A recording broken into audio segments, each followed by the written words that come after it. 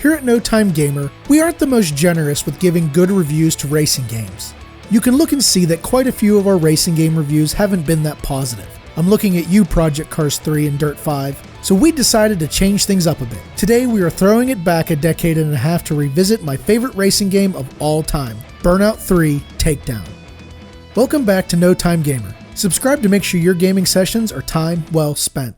Before we even hop into a race, the nostalgia hits strong with Burnout 3's incredible soundtrack. Lazy Generation by the F-Ups welcomes you back after years away, and your ears are later graced by Fall Out Boy, My Chemical Romance, and Yellowcard, just to name a few. This game set the foundation for my favorite music genre to this day, and it just feels good to play again. Unfortunately, we can't play any of the music for you here, but we'll leave a link to the soundtrack down below for your listening pleasure.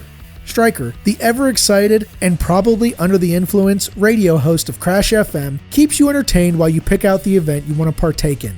The 3 regions of play, USA, Europe, and Far East, are set up in an almost open-world way to keep races familiar but new. There is no free roam, but all of the events do use similar parts of the maps. It makes the world feel alive and not just full of randomly drawn tracks with no personality.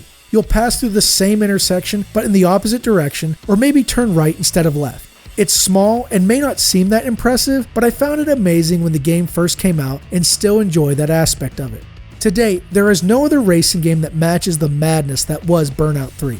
Boosting, bumping, and takedowns make this game's fight for first a true battle to the death. You have to try to avoid getting taken down while hitting drifts into oncoming traffic, which will earn you boost to deliver a signature takedown on the driver in front of you. It's almost like a rhythm game. When you are in the zone and perfectly connect each corner while avoiding destruction, you feel like an action movie star.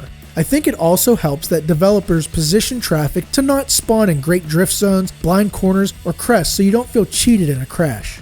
Racing was always fun, but I think the game really stood out in the more carnage-centered modes. In Road Rage, you don't need to be in the front of the pack. Actually, you want to be right in the middle of the pack, weaving left and right, slamming opponents into whatever object you can find to achieve the takedown medals before time expired. Or your car did. You were constantly on the hunt while trying to not get hunted down yourself. It was almost like a battle royale game about 10 years before the genre exploded. Maybe the best mode of all was the befittingly named Crash mode. There is one goal: cause as much destruction as you can at a busy intersection. The more wreckage you cause and the more medals you achieve, the bigger and better vehicles you unlock to cause even more mayhem.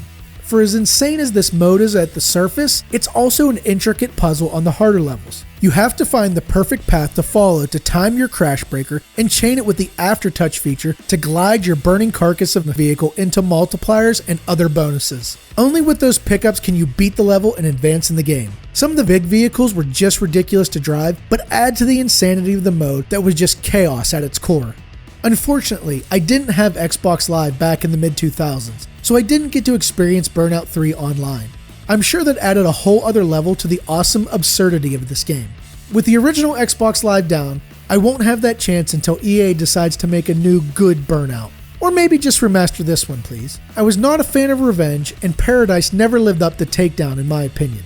As seen with many of our other reviews on this channel, most arcade racing games released these days, not named Forza, are okay at best but leave more to be desired. 3 members of the original Criterion team released their own spiritual successor to the Burnout series called Dangerous Driving in 2019, and planned for a sequel in 2020 before it was delayed. Subscribe now so you don't miss our videos on those 2 games in the future.